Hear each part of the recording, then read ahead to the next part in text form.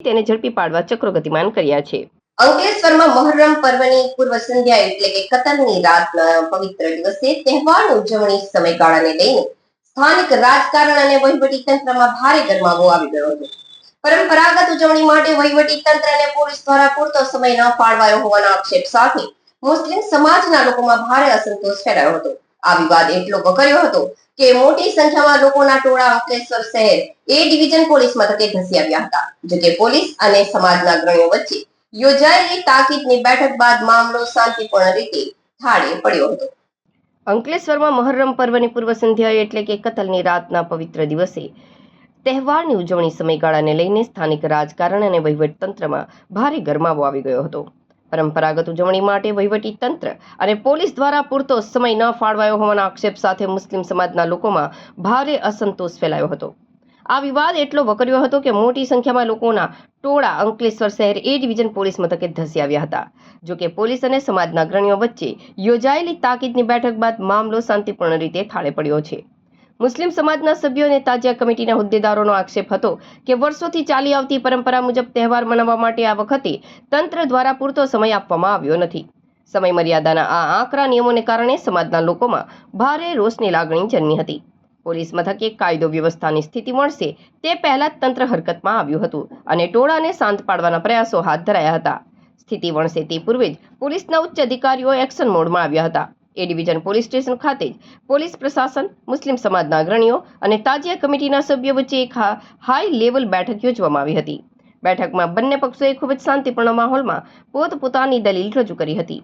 Police અધિકારીઓએ કાયદો વ્યવસ્થાની સ્થિતિ અને સમય મર્યાદા અંગે યોગ્ય તકનીકી સ્પષ્ટતા કરી હતી। આ વિસ્તૃત ચર્ચાના અંતે સમાજના લોકોમાં રહેલા ગેરસમજ દૂર થઈ હતી અને બંને પક્ષો વચ્ચે પરસ્પર સમજૂતી સંધાતા મામલો થાળે પડ્યો હતો। આ સુખદ સમાધાન બાદ પોલીસ મથકે એકત્ર થયેલા ટોળા વિખેરાયા હતા અને અંકલેશ્વરમાં વાતાવરણ પુનઃ સામાન્ય અને શાંતિપૂર્ણ બન્યું હતું। મોહર્રમના પર્વ નિમિત્તે કેટલીક અસમંજસો અને સંઘર્ષ જેવું વાતાવરણ ગઈકાલે ઉત્પન્ન થાય એવી પરિસ્થિતિ ઉપસ્થિત થઈ હતી અને કોઈ અનિચ્છનીય બનાવ ન બને તે માટે પોલીસ પ્રશાસન અને તાજિયા કમિટી દ્વારા સમજૂતી કરીને ગઈકાલે બનાવ ન બને તેવા પ્રયાસો કરવામાં આવ્યા હતા।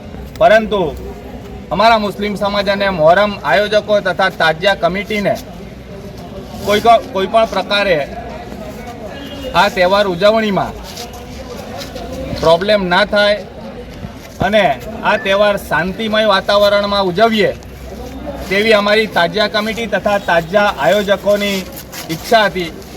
અમે લોકોએ આજ રોજ અંકલેશ્વર શહેર એ ડિવિઝન પોલીસ સ્ટેશન ખાતે પીઆઈ સાહેબ શ્રી પાસે સમય માંગ્યો હતો કે અમારો તહેવાર અમે શાંતિમય રીતે કોમી એખલાસના વાતાવરણમાં ઉજવીએ અને કોઈ પણ પ્રકારે કાયદો અને વ્યવસ્થા ન ડહોળાય અને આ તહેવાર શાંતિથી પૂર્ણ થાય તે માટે પીઆઈ સાહેબ સાથે મુલાકાત થઈ અમારી।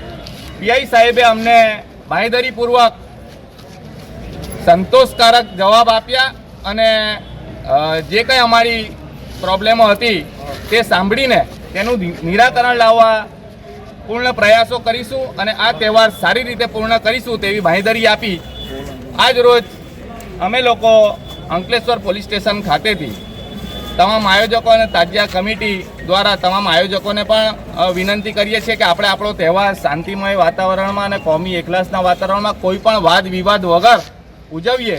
બસ એ જ હેતુસર જય હિન્દ, જય ભારત।